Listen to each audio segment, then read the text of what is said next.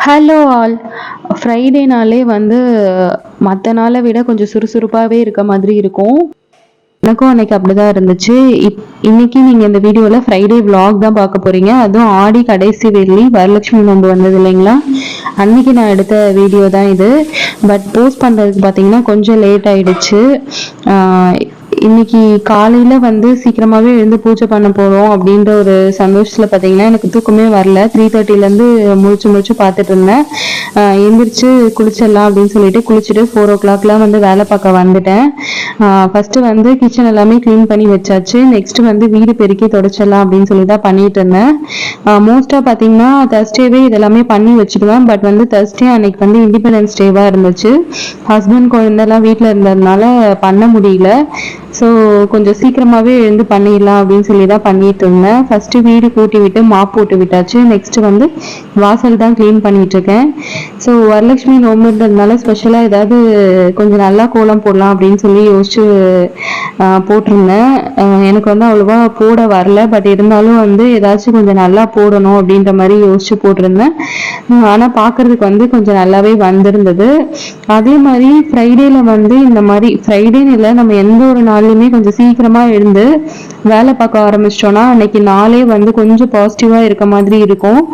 அதே மாதிரி நம்ம சீக்கிரம் எழுந்து வேலை பார்க்கறதுல இன்னொரு ஒரு ப்ளஸ் என்னன்னு பார்த்தீங்கன்னா, நம்ம நைட்டுமே வந்து நம்மளால லேட்டாலாம் தூங்க முடியாது. கொஞ்சம் சீக்கிரமாவே தூக்கம் வந்துடும்.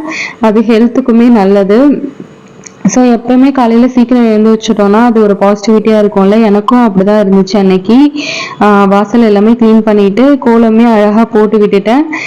நெக்ஸ்ட்டு உருளியில தான் வந்து பூ பண்ணிட்டு இருந்தேன்.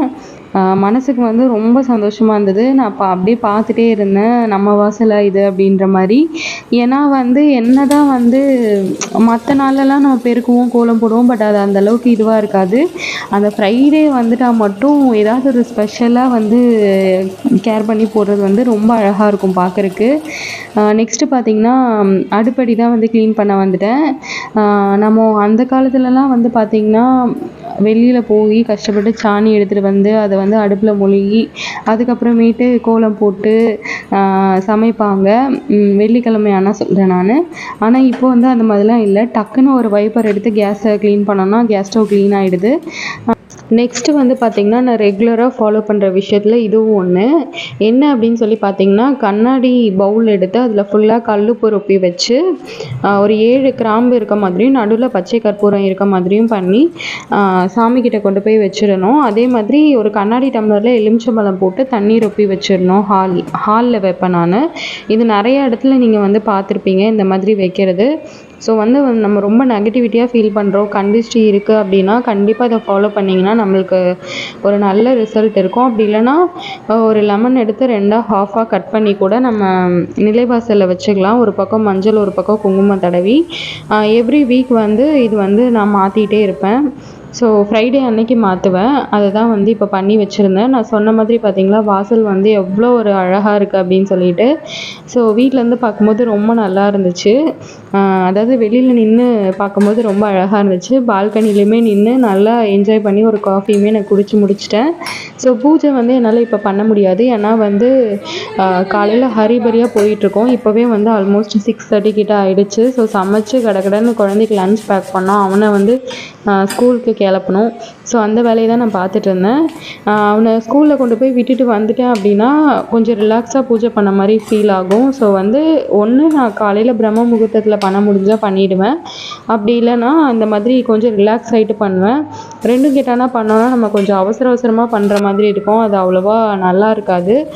ஸோ பார்த்திங்கன்னா சாம்பார் வச்சுட்டு பீட்ரூட் பொரியல் தான் அன்றைக்கி பண்ணியிருந்தேன். குழந்தைக்குமே வந்து லஞ்ச் பேக் பண்ணி கொடுத்தாச்சு. எது எப்படியோ அதாவது ஆன் டயத்துக்கு குழந்தைய கொண்டு போய் ஸ்கூலில் விட்டால் தான் அது என்னமோ கொஞ்சம் மனசுக்கு இதாக இருக்கும்.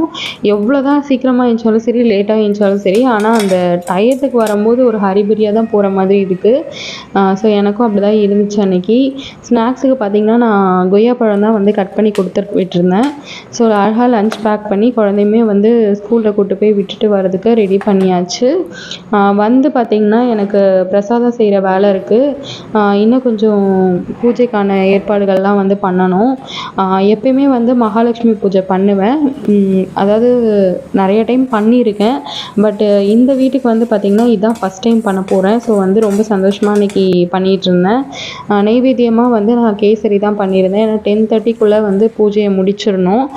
நெக்ஸ்ட்டு பார்த்தீங்கன்னா நான் தாம்பூலம் தான் வந்து ரெடி பண்ணிகிட்டு இருந்தேன். ஒரு சுமங்கலி பெண்ணை நம்ம வீட்டுக்கு அழைச்சோம் அப்படின்னா அவங்களுக்கு என்னெல்லாம் வச்சு கொடுப்போமோ அதை தான் வந்து நான் ரெடி பண்ணி வச்சுருந்தேன்.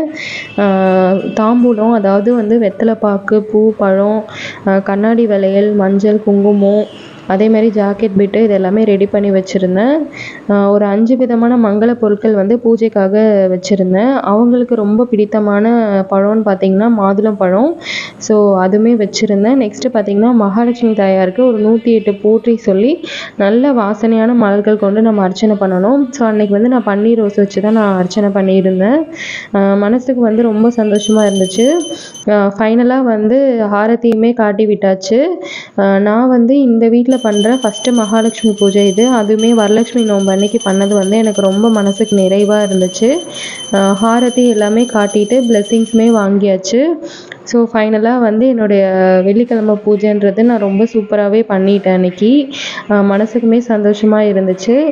வீடியோவை என் வரைக்கும் பார்த்தவங்க எல்லாருக்குமே தேங்க்ஸ் ஃபார் வாட்சிங்.